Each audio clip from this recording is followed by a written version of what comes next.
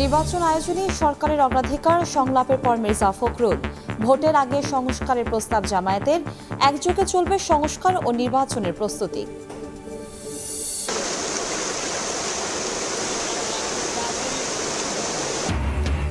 পাহাড়ি ঢলে আকস্মিক বন্যায় শেরপুরে 5 জনের মৃত্যু। ময়মনসিংহেও ডুবেছেন ইমরাঞ্চল, দুর্গতদের উদ্ধারে কাজ করছে সেনাবাহিনী। বগুড়ায় বজ্রপাতে প্রাণ গেল 2 স্কুল ছাত্রের।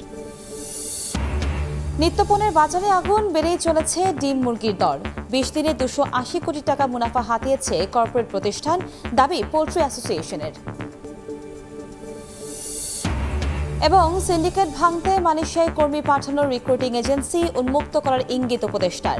দেশটিতে বৈধতা না থাকায় 214 বাংলাদেশি সহ 600-র বেশি অভিবাসী আটক।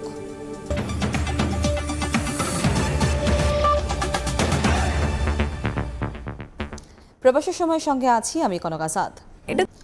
জাতীয় নির্বাচন অনুষ্ঠানে অন্তর্বর্তীকালীন সরকারের সর্বোচ্চ অগ্রাধিকার। বিএনপিকে এমনই আশ্বাস দিয়েছেন প্রধান উপদেষ্টা ডক্টর মোহাম্মদ ইউনূস। শনিবার সংলাপের পর এমনটা জানিয়ে বিএনপি মহাসচিব বলেন, দ্রুত ইসি গঠনের জন্য দাবি জানিয়েছেন তারা। এদিকে সংলাপে নির্বাচনের আগে রাষ্ট্র সংস্কারের ওপর গুরুত্ব দেওয়ার কথা জানিয়েছে জামায়াতে ইসলামী। এছাড়াও আরও কয়েকটি দল আজ প্রধান উপদেষ্টার সঙ্গে সংলাপে অংশ নেন। অন্তর্বর্তী সরকার গঠনের 2 মাসের মাথায় আবারও রাজনৈতিক দলগুলোর সঙ্গে সংলাপে বসলেন প্রধান উপদেষ্টা ডক্টর মোহাম্মদ ইউনূস। শনিবার দুপুরের পর বিএনপি মহাসচিব মির্জা ফখরুল ইসলাম আলমগীরের নেতৃত্বে 6 সদস্যের প্রতিনিধি দল প্রধান উপদেষ্টার বাসভবন যমুনায় প্রবেশ করেন। আধা ঘন্টারও বেশি সময় ধরে বিএনপি নেতাদের সাথে আলোচনা করেন প্রধান উপদেষ্টা। পরে মির্জা ফখরুল জানান, নির্বাচনী রোডম্যাপ ছিল তাদের প্রধান আলোচ্য বিষয়। দ্রুত ইসি গঠনেরও দাবি করেছে বিএনপি। নির্বাচন কমিশন কবে নির্বাচন হবে সে আমরা একটা রোডম্যাপ দিতে বলেছি। উনি আমাদেরকে যেটা বলেছেন, যেটা আমাদের 1 নম্বর প্রায়োরিটি। নির্বাচন অনুষ্ঠান তাদের 1 নম্বর প্রায়োরিটি। প্রধান নির্বাচন কমিশনার এবং কমিশনার সহ তাদেরকে ভুয়া নির্বাচন, ব্যর্থ নির্বাচন, আপনার একটা পক্ষপাত দুষ্ট নির্বাচন করার অভিযোগে তাদেরকে আইনের আওতায় আনার কথা বলেছি। কিছু দলকানা বিচারক যারা আছেন তাদেরকে অপসারণ করার কথা বলেছি। আওয়ামী লীগের আমলে দায়েরকৃত সকল মিথ্যা মামলা, গায়েবী, ভুয়া, সাজানো, রাজনৈতিক উদ্দেশ্যে প্রণোদিত মামলাগুলোকে প্রত্যাহারের জন্য আমরা নীতিগত সিদ্ধান্ত ঘোষণা ও প্রত্যাহারের প্রয়োজনীয় ব্যবস্থা গ্রহণ করার। বিএনপির সঙ্গে আলাপ চলাকালীন সময়ে জামায়াতের আমির ডাক্তার শফিকুর রহমানের নেতৃত্বে 13 সদস্যের প্রতিনিধি দল সংলাপে অংশ নিতে প্রবেশ করেন যমুনায়। আলোচনা শেষে জামায়াতের আমির জানান, ভোটের আগে রাষ্ট্র সংস্কারের দাবি জানিয়েছেন তারা। একটা রোডম্যাপ হবে সংস্কারের, আর একটা রোডম্যাপ হবে নির্বাচনের। সংস্কারটা সফল হলেই নির্বাচনটা সফল হবে।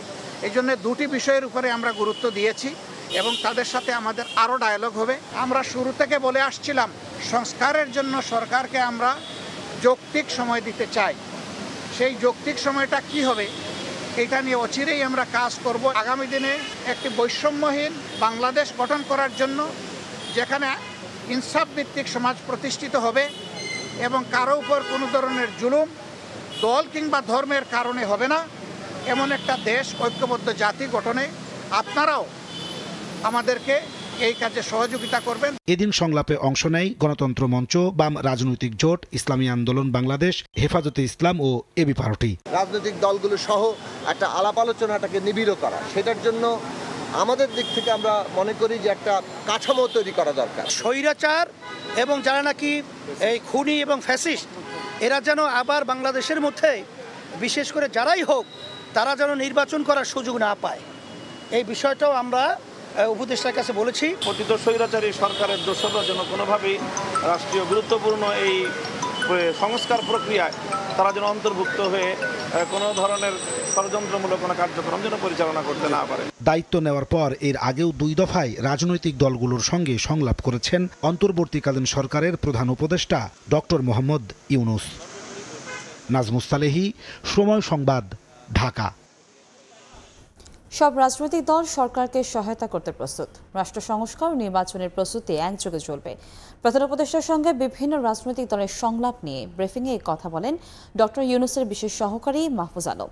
তার সংলাপ চলমান প্রক্রিয়া জানিয়ে প্রেস সেক্রেটারি শফিকুল আলম বলেন, রাজনৈতিক দল এই সরকারের অংশ, তাদের সঙ্গে সংলাপ চলবে। সরকারকে সবগুলো দলই নিজেদের সরকার বলে এখনো বলেছেন, তারা নিজেদের সরকার বলে মনে করছেন এবং সরকারকে সর্বাত্মক সহযোগিতা দেওয়ার ব্যাপারে তারা এখনো দৃঢ়মত পোষণ করেছেন।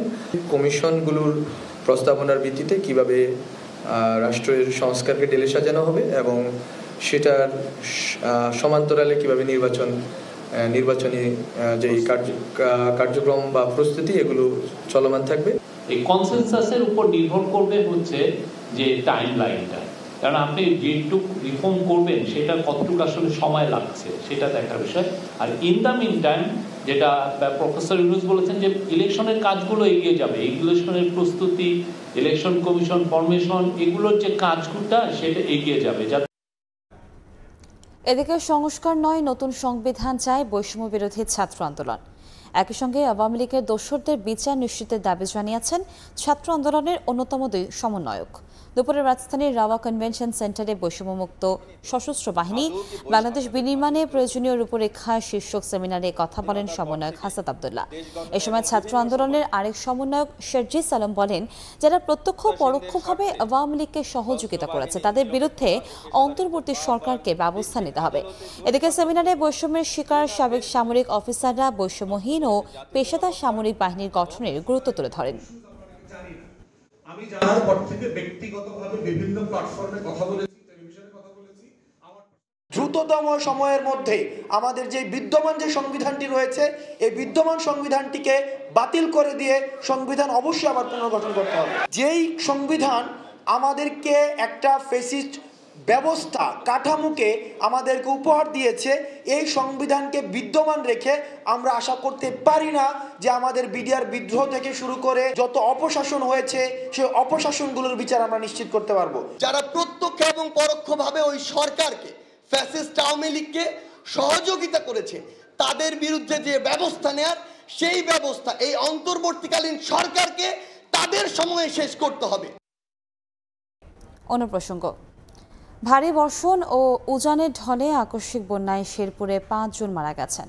ময়মনসিংহ তলিয়াছে নিম্নাঞ্চল, গ্রামের পর গ্রাম ডুবে পানিবন্দী কয়েক লাখ মানুষ চরম দুর্ভোগে দিন কাটাচ্ছেন। এদিকে বগুড়ায় বজ্রপাতে মারা গেছে 2 স্কুল ছাত্র।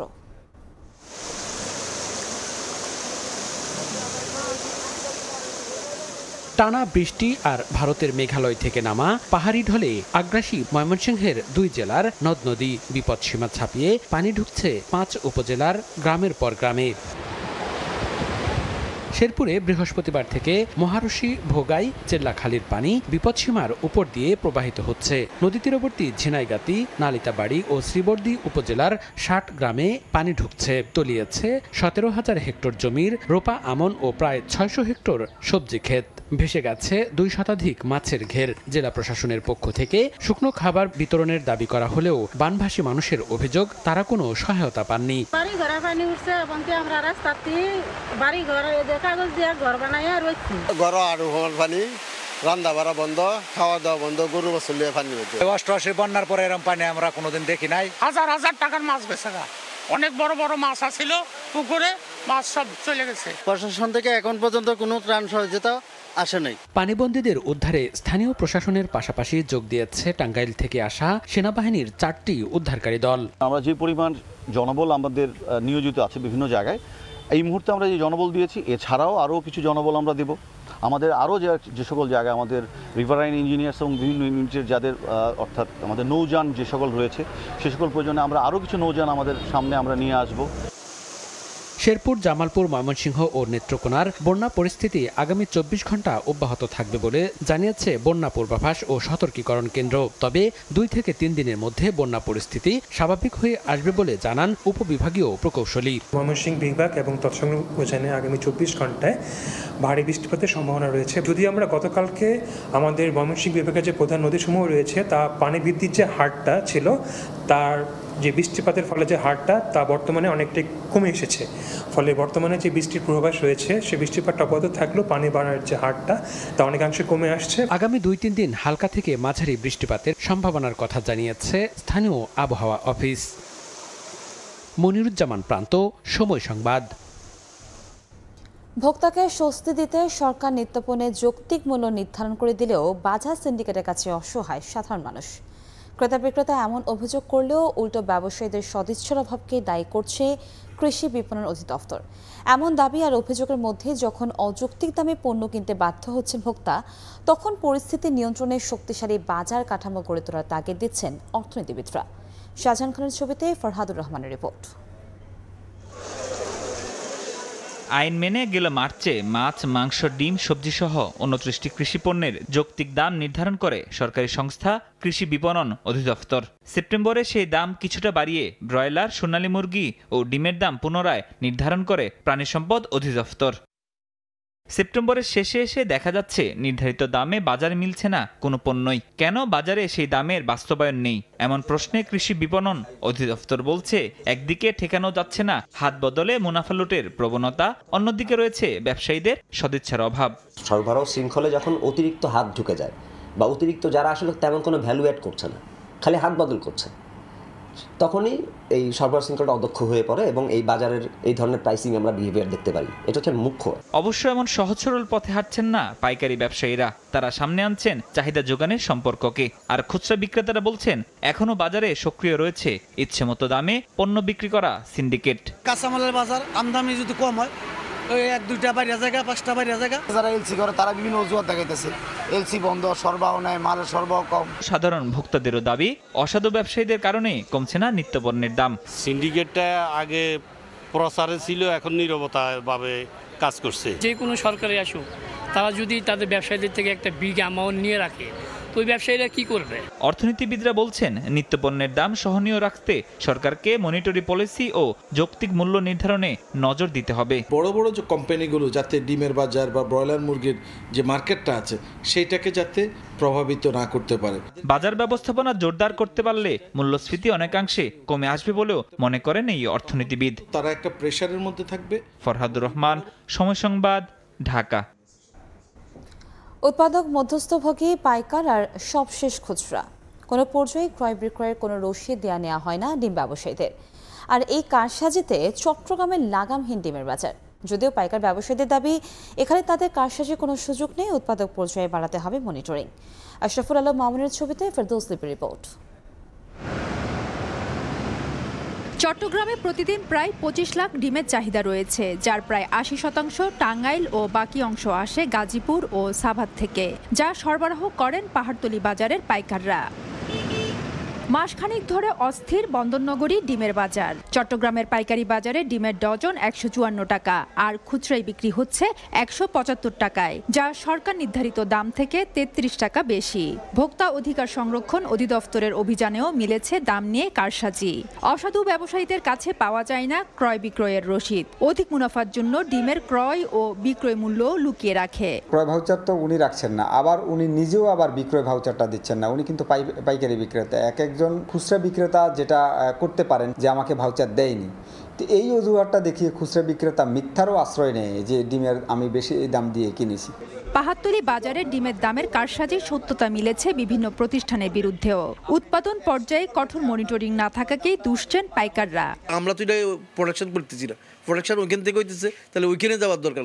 মেন দরকার হলো গাড়িতে যারা আনে ওরা মালগুলো দিনে আনে দিনে বিক্রি করে। এখানে স্টক করা তো দিন কোনো সুযোগ নাই, মূল জায়গাতে হাত দিলে এখানে অটোমেটিক কমে যাবে।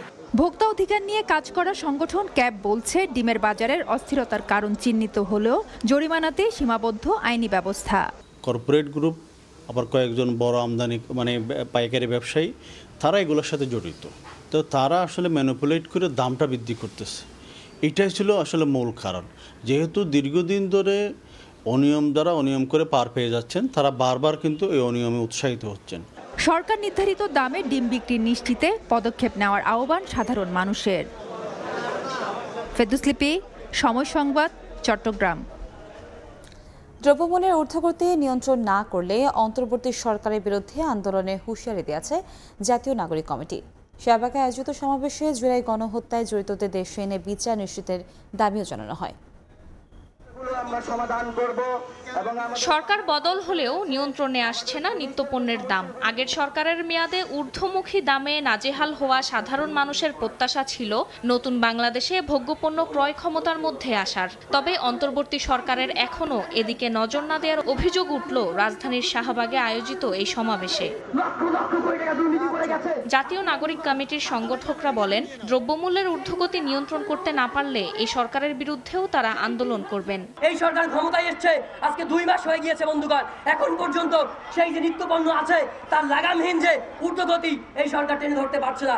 সরকারকে বলবো অচিরেই যথাযথ ব্যবস্থা গ্রহণের মাধ্যমে সিন্ডিকেট ভেঙে দিয়ে নিত্যপণ্যের যে লাগামহীন ঊর্ধ্বগতি সেটা নিয়ন্ত্রণে নিয়ে আসবেন। সমাবেশে জুলাই হত্যাকাণ্ডের বিচার, নিহতদের পরিবারের পুনর্বাসন এবং আহতদের সুচিকিৎসার দাবিও জানান বক্তারা। হত্যাকাণ্ডে জড়িত সবাইকে দেশে এনে বিচারের মুখোমুখি করার দাবিও তাদের। এখন পর্যন্ত কোনো হত্যার বিচার শুরু হয় নাই। সরকারের কাছে আহ্বান থাকবে অতি দ্রুত যারা গণহত্যা করছে, খুনের যারা গুলি করেছে, যারা হুকুম দিয়েছে তাদের প্রত্যেককে যেন বিচার প্রক্রিয়ার মাধ্যমে তাদেরকে যেন শাস্তি নিশ্চিত করা হয়। ফ্যাসিবাদের দোষরদেরকে ফেরত আনতে চায়, তাদের প্রতি আমাদের স্পষ্ট বার্তা, বাংলাদেশে কখনো এই ফ্যাসিস্টের পতিত দোষরদের কোনো জায়গা হবে না। এদিকে সকালে উত্তরা 11 নম্বর সেক্টরে সংবাদ সম্মেলন করে 24-এর উত্তরা নামে একটি সংগঠন, যেখানে আন্দোলনে শুধু উত্তরায় হতাহতের হিসাব তুলে ধরেন আয়োজকরা। জানান, সংঘর্ষের সময় এলাকাটিতে প্রাণ হারান 28 জন, আহত 197 আর এখনো নিখোঁজ আছেন 1 জন। অধিকাংশ নিহত এবং আহত হয়েছে মাথায়, উরুতে, চোখে, পায়ে, কোমরে, পাজরে বুলেটের আঘাতে। আমাদের আহত এবং শহীদ ভাই বোনদের রক্তের মর্যাদার এতটুকু অসম্মান হলে সবার প্রথমে এই ফাউন্ডেশনেই সরকারের সমালোচনা করবে এবং সরকারের প্রতিবাদ করবে। সংবাদ সম্মেলনে জানানো হয়, আহতদের মধ্যে জরুরি চিকিৎসা দরকার 34 জনের আর চোখের চিকিৎসা দরকার 13 জনের। ফারজানা আক্তার, সময় সংবাদ, ঢাকা। আওয়ামী লীগ সরকারের আমলে পরিকল্পিতভাবে ধ্বংস করা হয়েছে দেশের শিক্ষা ব্যবস্থা, এমন অভিযোগ করেছেন বিএনপি ও জামায়াতের নেতারা। বিশ্ব শিক্ষক দিবসের সকালের রাজনীতিতে কর্মসূচিতে মির্জা ফখরুল ইসলাম আলমগীর বলেন, শিক্ষার রুগ্ন দশা নিয়ে জাতির উন্নতি সম্ভব নয়। আর জামায়াতের নেতারা কথা বলেন শিক্ষকদের কম সুযোগ সুবিধা নিয়ে। বিশ্ব শিক্ষক দিবস উপলক্ষে রাজধানীতে শিক্ষকদের বিভিন্ন সংগঠনের আয়োজনে পালন করা হয় নানা কর্মসূচি। আর এসবে অংশ নেন রাজনৈতিক দলগুলোর শীর্ষ নেতারা।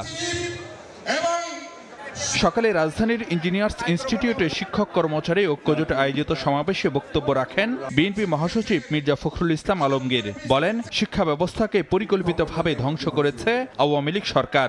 আমার জাতির প্রয়োজন, উন্নয়নের প্রয়োজন, উপরে ওঠার জন্য প্রয়োজন যে শক্তিটা দরকার, হিউম্যান রিসোর্স দরকার, সেই রিসোর্স আমি তৈরি করতে পারছি। আমাদের ছেলেরা এখন যেভাবে লেখাপড়া শিখে পাশ করে, এসএসসি পাশ করে, এইচএসসি পাশ করে, গ্র্যাজুয়েশন পায়, একটা শুদ্ধ ভালো বাংলা লিখতে পারে না। আপনাদের সমস্যাগুলো আমরা সমাধান করতে চাই। আমাদের যে দলের পক্ষ থেকে আমাদের যে 31 দফা রয়েছে, আমরা নিজেই ভাবতে খুব অবাক লাগে যে বাংলাদেশের বাজেটে জিডিপির মাত্র 5% শিক্ষার জন্য দেওয়া হয়। আজকে দাবি উঠেছে আপনাদের কাছ থেকে, আমি মনে করি অত্যন্ত ন্যায়সঙ্গত দাবি যে শিক্ষাকে জাতীয়করণ করতে হবে। জাতীয় প্রেস ক্লাব মিলনায়তনে বাংলাদেশ আদর্শ শিক্ষক ফেডারেশনের আলোচনা সভায় যোগ দেন জামায়াতের নেতারা। তারা মনে করেন, অন্যান্য দেশের তুলনায় বাংলাদেশে শিক্ষকদের সুযোগ সুবিধা অনেক কম। ক্লাসে শিক্ষাদান শেষ করে এসে বিকালে টিউশনি করে অথবা কেউ অন্য কোনো পেশায় জীবন জীবিকা করতে বাধ্য হয়। এজন্য বর্তমান সরকারের উচিত হবে শিক্ষকদের এমন একটা শিক্ষা কাঠামোর মধ্যে নিয়ে আসা, শিক্ষা বেতনের একটা কাঠামো হওয়া, যাতে কোনো শিক্ষককে শিক্ষা করা ছাড়া দ্বিতীয় আর কোনো পেশায় তাকে নিয়োজিত হতে না হয়। রাজনৈতিক নেতারা বলেন, শিক্ষা ব্যবস্থাকে এমনভাবে গড়ে তুলতে হবে যাতে নাগরিকরা শিক্ষিত হওয়ার পাশাপাশি উন্নত মূল্যবোধ সম্পন্ন হন। ফারুক ভিয়া, রবিন, সময় সংবাদ, ঢাকা। এবার আর সিন্ডিকেট করে মালয়েশিয়ায় কর্মী পাঠাতে দেওয়া হবে না, রিক্রুটিং এজেন্সি উন্মুক্ত করে দেওয়ার কথা জানালেন প্রবাসী কল্যাণ উপদেষ্টা doctor Asif Nazrul. Work permit পেয়েও যেতে না পারা 18,000 কর্মীকে দ্রুত পাঠানোর চেষ্টা চলছে বলেও জানান তিনি। এছাড়া মধ্যপ্রাচ্য প্রবাসীদের জন্য 2 সপ্তাহের মধ্যে বিমানবন্দরে বিশেষ লাউঞ্জের ব্যবস্থা করা হবে বলেও জানান উপদেষ্টা। মালয়েশিয়ায় বেঁধে দেওয়া সময়সীমা গত ৩১ মের মধ্যে দেশটিতে যেতে না পেরে প্রায় ১৮,০০০ বাংলাদেশি কর্মীর ভবিষ্যৎ নিয়ে দেখা দেয় অনিশ্চয়তা। দায়িত্ব গ্রহণের পর থেকেই বিষয়টি শুরু হওয়ার চেষ্টা করে আসছিল অন্তর্বর্তী সরকার। শুক্রবারের ঝটিকা ঢাকা সফরে মালয়েশিয়ার প্রধানমন্ত্রী কাজের অনুমতি পেয়েও যেতে না পারা কর্মীদের দ্রুত সেদেশে নিতে ব্যবস্থার আশ্বাস দিয়ে যান। এ অবস্থায় সিন্ডিকেটের হাত থেকে রক্ষা করতে মালয়েশিয়ায় লোক পাঠানোর রিক্রুটিং এজেন্সি উন্মুক্ত করে দেয়া হবে বলেও জানালেন প্রবাসী কল্যাণ ও বৈদেশিক কর্মসংস্থান উপদেষ্টা। ১০০ জনের যে সিন্ডিকেট ছিল, সিন্ডিকেট শব্দটা উচ্চারণ করিনি, আমি বলেছি যে রিক্রুটমেন্ট প্রসেসটাকে ওপেন করে দেওয়ার জন্য সকল আপনার যারা রিক্রুটিং এজেন্সি আছে সবার জন্য ওপেন করার জন্য, ট্রান্সপারেন্ট করার জন্য। মালয়েশিয়ায় কর্মরত বাংলাদেশি জনশক্তির স্বাস্থ্য ও পেশাগত নিরাপত্তা কল্যাণের লক্ষ্যে শনিবার বিকেলে প্রবাসী কল্যাণ ও কর্মসংস্থান মন্ত্রণালয়ের আওতাধীন ওয়েজ ওনার্স কল্যাণ বোর্ডের সঙ্গে চুক্তি হয় মালয়েশিয়ার সামাজিক নিরাপত্তা সংস্থা পার্কেসুর। অনুষ্ঠানে প্রধান অতিথির বক্তব্যে ডক্টর আসিফ নজরুল আরও জানান, মধ্যপ্রাচ্যের দেশগুলোতে কর্মরত শ্রমিকদের যাতায়াতের বিড়ম্বনা এড়াতে তাদের জন্য বিমানবন্দরে চালু করা হচ্ছে বিশেষ লাউঞ্জ। 2 সপ্তাহ মধ্যে হয়ে যাবে, আমরা জায়গাও মোটামুটি ঠিক করেছি এবং এটা ইনশাআল্লাহ এটা হলে আমাদের প্রবাসী শ্রমিক ভাইদের যন্ত্রণার অনেক লাঘব হবে। এটার পাশাপাশি অন্যান্য যে সুযোগ সুবিধা, ওনারা এয়ারপোর্টে যাওয়ার সাথে সাথে প্লেনে ওঠার আগ পর্যন্ত, প্লেনে ওঠার আগে যে লাউঞ্জটা আছে লাস্ট লাউঞ্জ, সেটুকু পর্যন্ত তাকে প্রতিটা স্তরে ওনাদের সাথে মানুষ থাকবে। পার্কেসোর গ্রুপ চিফ এক্সিকিউটিভ জানান, মালয়েশিয়ায় কর্মরত বাংলাদেশি শ্রমিকদের সঙ্গে সে দেশের শ্রমিকদের বৈষম্য নিরসন ও তাদের নিরাপত্তা নিশ্চিতে তারা প্রতিশ্রুতিবদ্ধ। We want to look into welfare of workers. That's why there's no discrimination between the local workers and also the foreign workers. That is the reason why we embark into social protection. মালয়েশিয়ায় নতুন কর্মী পাঠাতে সে দেশের সঙ্গে আলোচনা চলছে বলেও জানান প্রবাসী কল্যাণ উপদেষ্টা। সাদিকুর রহমান, সময় সংবাদ, ঢাকা। অবৈধভাবে বসবাসের অভিযোগে মালয়েশিয়ায় 214 বাংলাদেশি সহ 602 জন অভিবাসীকে আটক করা হয়েছে। গোয়েন্দা তথ্যের ভিত্তিতে চালানো হয় এই অভিযান। এই অবস্থায় আতঙ্ক ছড়িয়ে পড়েছে প্রবাসী বাংলাদেশিদের মধ্যে। মালয়েশিয়া থেকে মোহাম্মদ আব্দুল কাদের রিপোর্টে বিস্তারিত। মালয়েশিয়ার সেলাঙ্গোর রাজ্যের শাহ আলম জেলার তামান শ্রীমুদা এলাকায় অভিযান চালিয়ে শনিবার দুপুরে 214 বাংলাদেশি সহ অন্তত 600-র বেশি অভিবাসীকে আটক করেছে দেশটির ইমিগ্রেশন বিভাগ। গোয়েন্দা তথ্যের ভিত্তিতে পরিচালনা করা হয় এই অভিযান। এতে অংশ নেন দেশটির বিভিন্ন বাহিনীর প্রায় 450 কর্মকর্তা।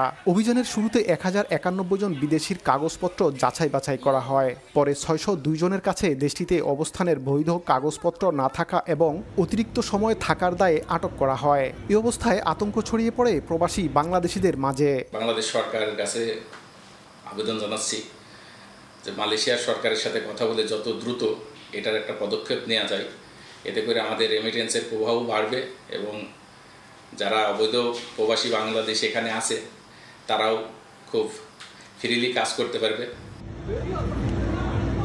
আটকদের মধ্যে 214 জন বাংলাদেশি ছাড়াও নেপালের 115, মিয়ানমারের 86, ইন্দোনেশিয়ার 81, ভারতের 60, পাকিস্তানের 34, শ্রীলঙ্কার 10 এবং একজন করে আলজেরিয়া ও ফিলিপিন্সের নাগরিক রয়েছেন। এদের মধ্যে 19 থেকে 53 বছর বয়সী 505 জন পুরুষ এবং 97 জন নারী। মোহাম্মদ আব্দুল কাদের, সময় সংবাদ, কুয়ালালামপুর, মালয়েশিয়া। বিগত সরকারের এমপি ও মন্ত্রীদের ধরতে সাংবাদিকদের সহযোগিতা প্রয়োজন বলে জানিয়েছেন স্বরাষ্ট্র উপদেষ্টা মোহাম্মদ জাহাঙ্গীর আলম চৌধুরী। অনুসন্ধানী প্রতিবেদনের মাধ্যমে আইনশৃঙ্খলা বাহিনীকে সহযোগিতার আহ্বানও জানিয়েছেন তিনি। বিকেলে এপিবিএন সদর দফতরে শহীদ মীর মুগ্ধের স্মরণ সভা, মীর মুগ্ধ ভবন এবং এপিবিএন স্কুল অ্যান্ড কলেজে প্রবেশ তোরণ উদ্বোধন অনুষ্ঠানে তিনি এই কথা বলেন। উপদেষ্টা বলেন, সাংবাদিকদের প্রয়োজনে মন্ত্রণালয়ের পক্ষ থেকে সব ধরনের সহযোগিতা করা হবে। এ সময় তিনি আরও বলেন, সরকার পতনের পরের 3 দিন সরকারের শীর্ষস্থানীয় অনেকে সীমান্ত দিয়ে পালিয়েছেন, যা এখন আর সম্ভব নয়। সীমান্তে নিরাপত্তা জোরদার করা হয়েছে বলেও জানান তিনি।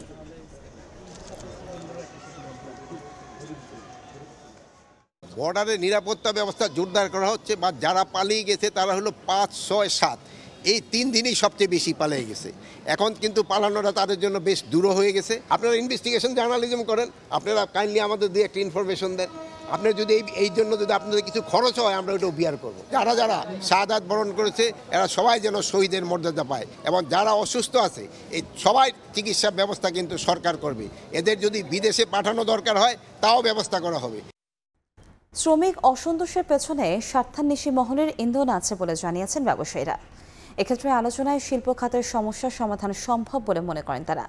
বিসিসিআই আয়োজিত সেমিনারে ব্যবসায়ীরা বলেন, অর্থনীতির গতি স্বাভাবিক রাখতে হলে সরকারকে ব্যাংক খাতের মতো বাণিজ্য ও বিনিয়োগেও নজর দিতে হবে।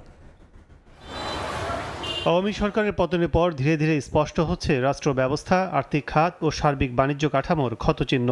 সর্বাঙ্গে ব্যথা ওষুধ দিব কোথা, এমন প্রেক্ষাপটে যখন সরকার আর্থিক খাত সংস্কারে গুরুত্ব দিয়ে এগিয়ে যাওয়ার চেষ্টা করছে, তখন শুরু হয় পোশাক খাতে বিভিন্ন দাবি বাস্তবায়নে অরাজকতা। শ্রমিক অসন্তোষে উৎপাদন বন্ধ হয়ে বাংলাদেশ বিমুখ হয়েছে অনেক বিদেশি ক্রেতা। বর্তমানে পরিস্থিতি নিয়ন্ত্রণে থাকলেও এর পেছনে স্বার্থান্বেষী মহলের চক্রান্তকেই দুষছেন গার্মেন্টস মালিকরা।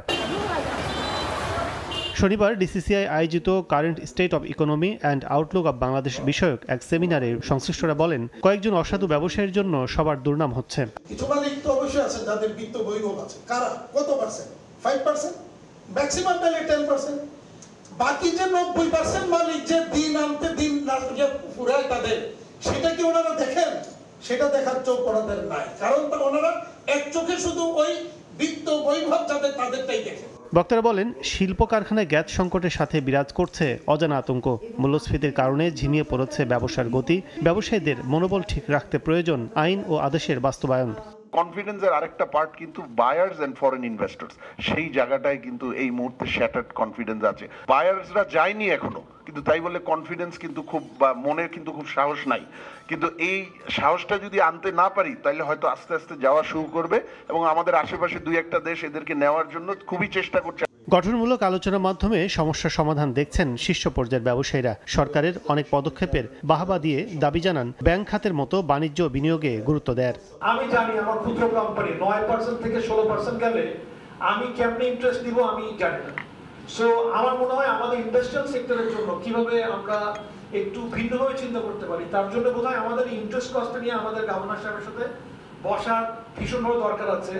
দেশের শিল্প বাণিজ্য ঠিক রাখতে দাবি আদায়ের নামে নৈরাজ্য বন্ধ, কাস্টমসের নীতি সহায়তা, পণ্য পরিবহনের ভাড়া কমানোয় সরকারের হস্তক্ষেপ চেয়েছেন সংশ্লিষ্টরা। কাজল আব্দুল্লাহ, সময় সংবাদ, ঢাকা। সাবেক রাষ্ট্রপতি ও রাজনীতিবিদ AQM বদরুদ্দোজা চৌধুরীর দ্বিতীয় জানাজা সম্পন্ন হয়েছে। রোববার মুন্সিগঞ্জে তার দাফন হওয়ার কথা রয়েছে। এদিকে তার মৃত্যুতে শোক জানিয়েছেন রাষ্ট্রপতি মোহাম্মদ শাহাবুদ্দিন ও প্রধান উপদেষ্টা ডক্টর মোহাম্মদ ইউনূস। তার মৃত্যুতে শোকের ছায়া নেমে এসেছে রাজনৈতিক অঙ্গনে। রাজনীতির নানা ধাপ পেরিয়ে পরে দায়িত্ব পালন করেন রাষ্ট্রপতির। নানা ক্ষেত্রে দ্যুতি ছড়ানো মানুষটির নাম AQM বদরুদ্দোজা চৌধুরী। সবার কাছে যিনি পরিচিত বি চৌধুরী নামে। 9 দশকের বর্ণাঢ্য জীবনের ইতি টেনে বর্ষিয়ান এই রাজনীতিবিদ পাড়ি জমালেন না ফেরার দেশে। বার্ধক্যজনিত নানা রোগে দীর্ঘদিন ধরেই ভুগছিলেন বি চৌধুরী। বুধবার সকালে শারীরিক অবস্থার অবনতি হলে নেওয়া হয় নিজের প্রতিষ্ঠিত উত্তরা মেডিকেল কলেজ হাসপাতালে। শুক্রবার রাত 3:15টায় চিকিৎসাধীন অবস্থায় শেষ নিঃশ্বাস ত্যাগ করেন তিনি। বাবা যেরকম ছিলেন উনি আমার বন্ধু, হি ওয়াজ my teacher, he was my mentor. ব্যক্তি জীবনে সবসময় তিনি একটা কথা বলতেন, সবাইকে বলতেন, আমাদেরকে এখানে শ্রদ্ধা করে কেউ কখনো ছোট হয় না, আর হিংসা করে কেউ কখনো বড় হয় না। সকাল 8:30টায় বি চৌধুরীর প্রথম জানাজা অনুষ্ঠিত হয় উত্তরা মহিলা মেডিকেল কলেজ হাসপাতালে। সেখানে অংশ নেন তার প্রাক্তন ছাত্রছাত্রী ও সহকর্মীরা। বি চৌধুরীর মৃত্যুতে শোকের ছায়া নেমে এসেছে রাজনৈতিক অঙ্গনেও। শেষবারের মতো এক নজর দেখতে বাড়িধারায় তার বাসভবনে ভিড় করেন দীর্ঘদিনের সহকর্মী, বন্ধু ও স্বজনরা। উনি একজন ভীষণ বড় নেতা ছিলেন এবং উনি ভালো ডাক্তার ছিলেন, উনি ভালো মানুষ ছিলেন। উনি একজন মানুষ হিসাবে, একজন নেতা হিসাবে সব সময় মানুষের, জনগণের এটার জন্য কাজ করছেন। বাড়িধারা কূটনৈতিক এলাকায় বাদজহর অনুষ্ঠিত হয় দ্বিতীয় জানাজা। এতে অংশ নেন বিএনপি মহাসচিব মির্জা ফখরুল ইসলাম আলমগীর, বিএনপি নেতা আসম আব্দুর রব, আব্দুল মঈন খান, কৃষক শ্রমিক জনতা লীগের সভাপতি বঙ্গবীর আব্দুল কাদের সিদ্দিকী সহ রাজনীতিকরা। তিনি চিকিৎসক হিসাবে বাংলাদেশের শ্রেষ্ঠ মানুষ। তিনি একসময় রাজনীতিতে এসেছিলেন, সেখানে তিনি শ্রেষ্ঠ মানুষ। সত্যিকার অর্থেই একজন মস্ত বড় মানুষকে আমরা হারালাম। রোববার মুন্সিগঞ্জের শ্রীনগরে তৃতীয় জানাজা ও গ্রামের বাড়ি মজিদপুর দয়াহাটায় চতুর্থ জানাজা শেষে দাফন করা হবে বি চৌধুরীকে। বাংলাদেশ জাতীয়তাবাদী দল বিএনপির প্রতিষ্ঠাকালীন মহাসচিব ছিলেন বি চৌধুরী। বিভিন্ন সময় দায়িত্ব পালন করেন স্বাস্থ্য, শিক্ষাসহ বেশ কয়েকটি মন্ত্রণালয়ের। সবশেষ 2001 সালে শপথ নেন রাষ্ট্রপতি হিসেবে। 2002 সালে রাজনৈতিক কারণে পদ ছাড়েন রাষ্ট্রপ্রধানের। 2004 সালে প্রতিষ্ঠা করেন বিকল্পধারা বাংলাদেশ নামে রাজনৈতিক দল। আলতাফ হোসাইন, সময় সংবাদ, ঢাকা। রাজধানীর সোহরাওয়ার্দী উদ্যানে অনুষ্ঠিত হল সিরাতুন নবী সাল্লাল্লাহু আলাইহি ওয়াসাল্লাম মাহফিল। জাতীয় সিরাত উদযাপন কমিটির এই আয়োজনে মহানবীর জীবনাদর্শ নিয়ে আলোচনা করেন বক্তারা।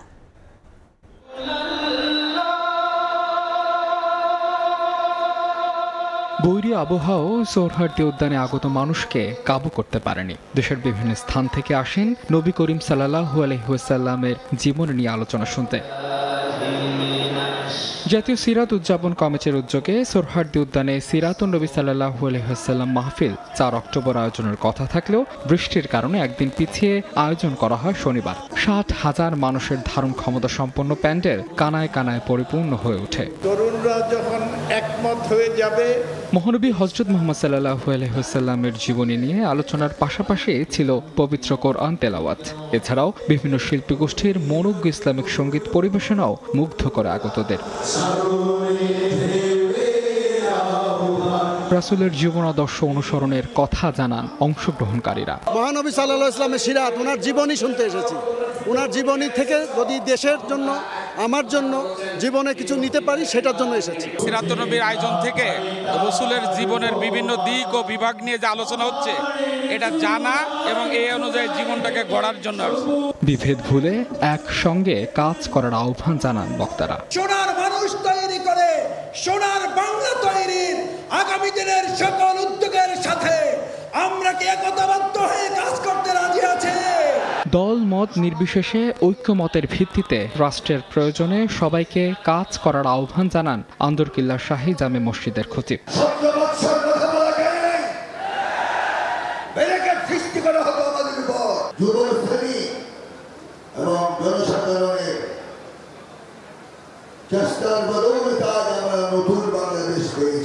বিভিন্ন জেলা থেকে লাখো ধর্মপ্রাণ মানুষ সমবেত হয়েছিলেন সোহরাওয়ার্দী উদ্যানে। মাহাদ ইসলাম ধ্রুব, সময় সংবাদ, ঢাকা। দুর্গোৎসব উদযাপনে সবার নিরাপত্তা নিশ্চিতে মাঠে থাকবে সেনাবাহিনী। নির্ভয় সবাইকে মণ্ডপে আসার আহ্বান জানালেন সেনাপ্রধান জেনারেল ওয়াকারুজ্জামান। এছাড়াও সনাতন ধর্মাবলম্বীদের নিরাপত্তায় সতর্ক অবস্থানে থাকবে গোয়েন্দা পুলিশ ও আনসার সদস্যরা।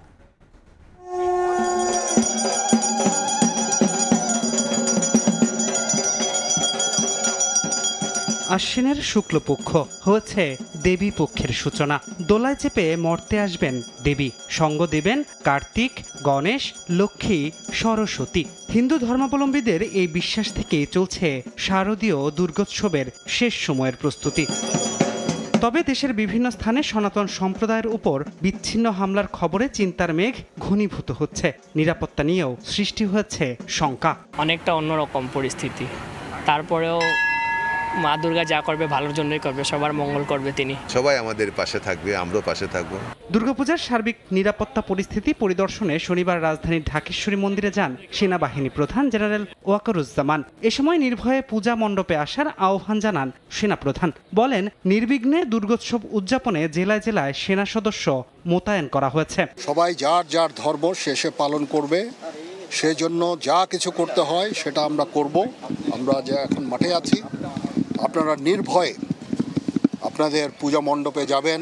এদিকে আসন্ন দুর্গাপূজায় নিরাপত্তা নিশ্চিত করতে শুধু রাজধানী নয়, সারা দেশেই গোয়েন্দা পুলিশ সতর্ক অবস্থানে থাকবে বলে জানিয়েছে নবনিযুক্ত ডিবি প্রধান। পূজা উৎসবে পুলিশের পাশাপাশি ডিবির টিম সাদা পোশাকে দায়িত্ব পালন করবে, যাতে উৎসবে মেতে উঠতে পারে প্রিয় নগরবাসী। অন্যদিকে খিলগাঁওয়ে আনসার ও গ্রাম প্রতিরক্ষা বাহিনীর সদর দফতরে সংবাদ সম্মেলনে পূজার নিরাপত্তা নিশ্চিতে 32,666টি মণ্ডপে 2,12,192 জন প্রশিক্ষণপ্রাপ্ত আনসার ভিডিপি সদস্য মোতায়েন করা হবে বলে জানান বাহিনী প্রধান। পুলিশ এবং আমরা সমন্বিত করে বাংলাদেশ সেনাবাহিনীর সাথেও সমন্বয় করে আমরা এই পূজা মণ্ডপগুলো প্রত্যেকটাতেই মূলত আমরা যেটা করছি, যেগুলো অতি গুরুত্বপূর্ণ সেগুলোতে আমাদের মূলত 8 জন করে থাকবে। এবছর প্রথমবারের মতো 64টি জেলায় আনসার ব্যাটালিয়নের 92টি টিম মোবাইল স্ট্রাইকিং ফোর্স হিসেবে কাজ করবে। ধ্রুব ব্যানার্জি, সময় সংবাদ, ঢাকা। পশ্চিমবঙ্গের বিভিন্ন মণ্ডপে চলছে দুর্গাপূজার শেষ মুহূর্তের প্রস্তুতি।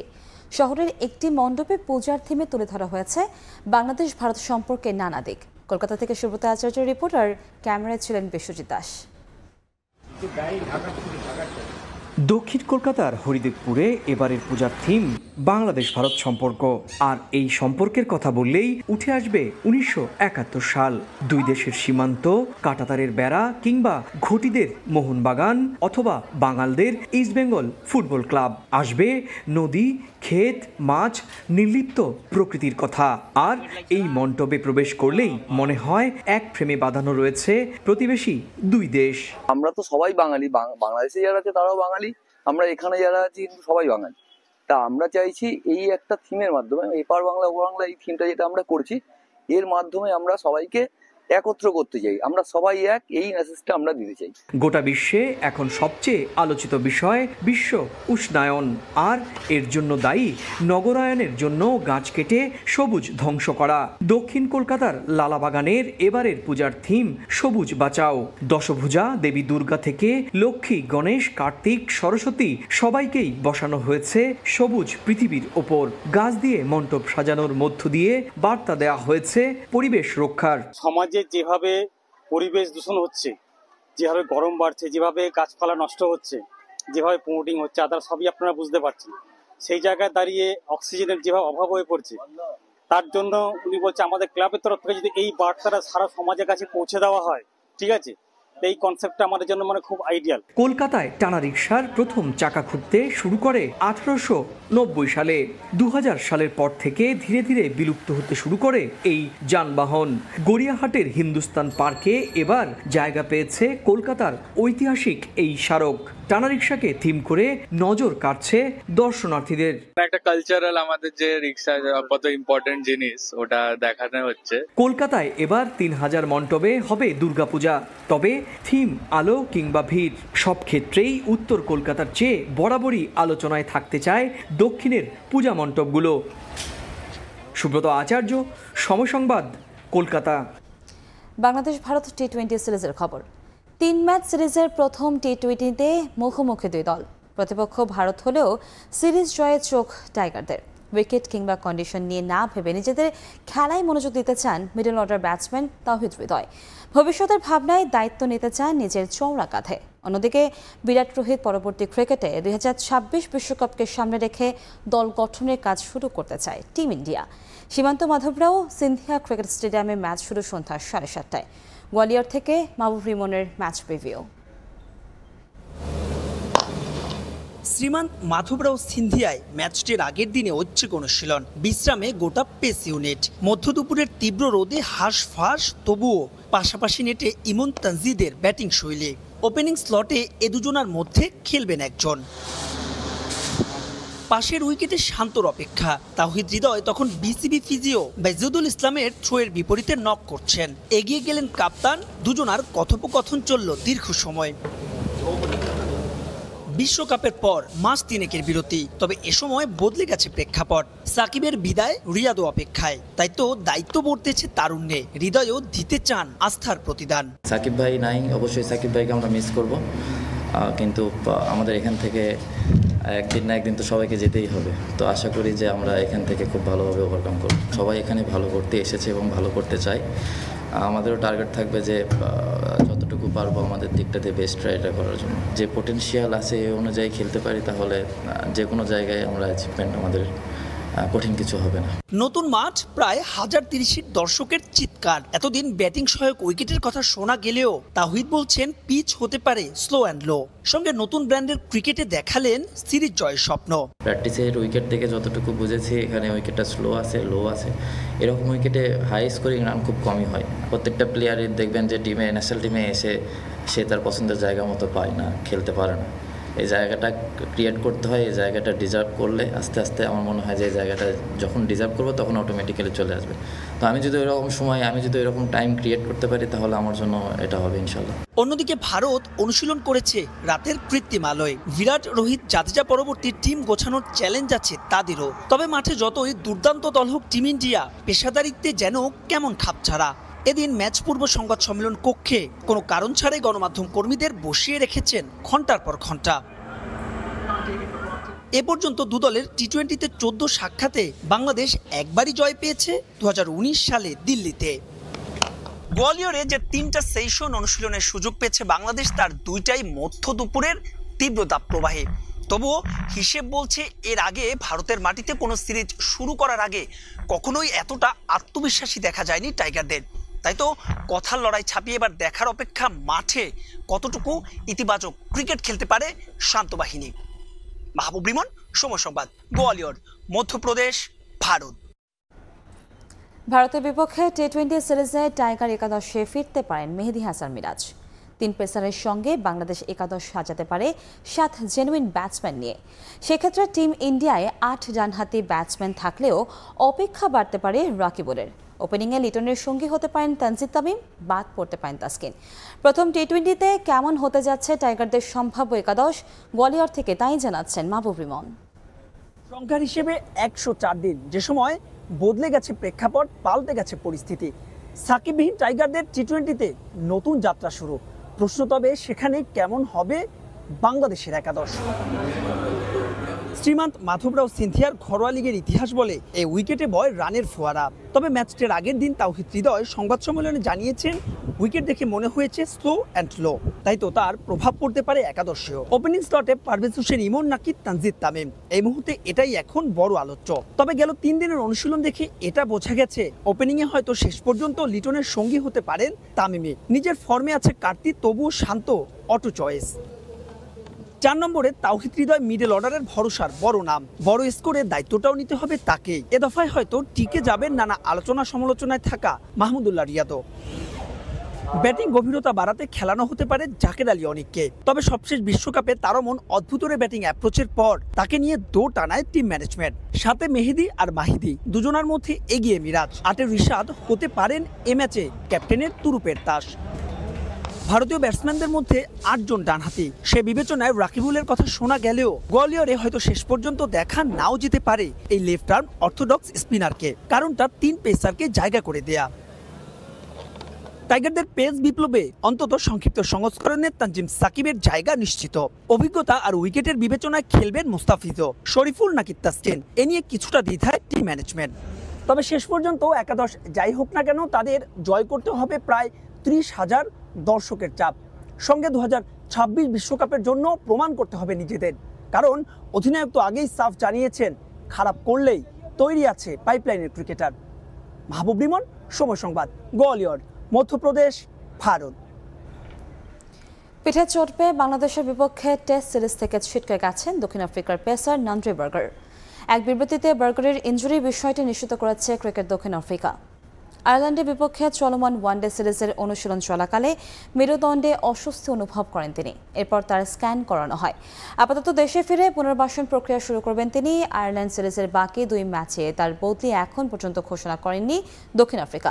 এরপর বাবুরাম নেতৃত্বে বাংলাদেশে খেলতে আসবে দলটি। সেখানেও বার্গারের বদলি হিসেবে দেখা যেতে পারে অন্য কোনো পেসারকে।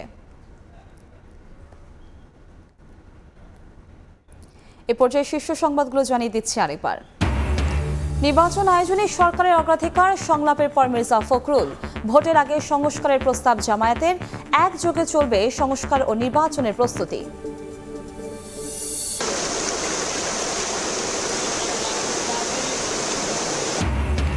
পাহাড়ি ঢলে আকস্মিক বন্যায় শেরপুরে 5 জনের মৃত্যু।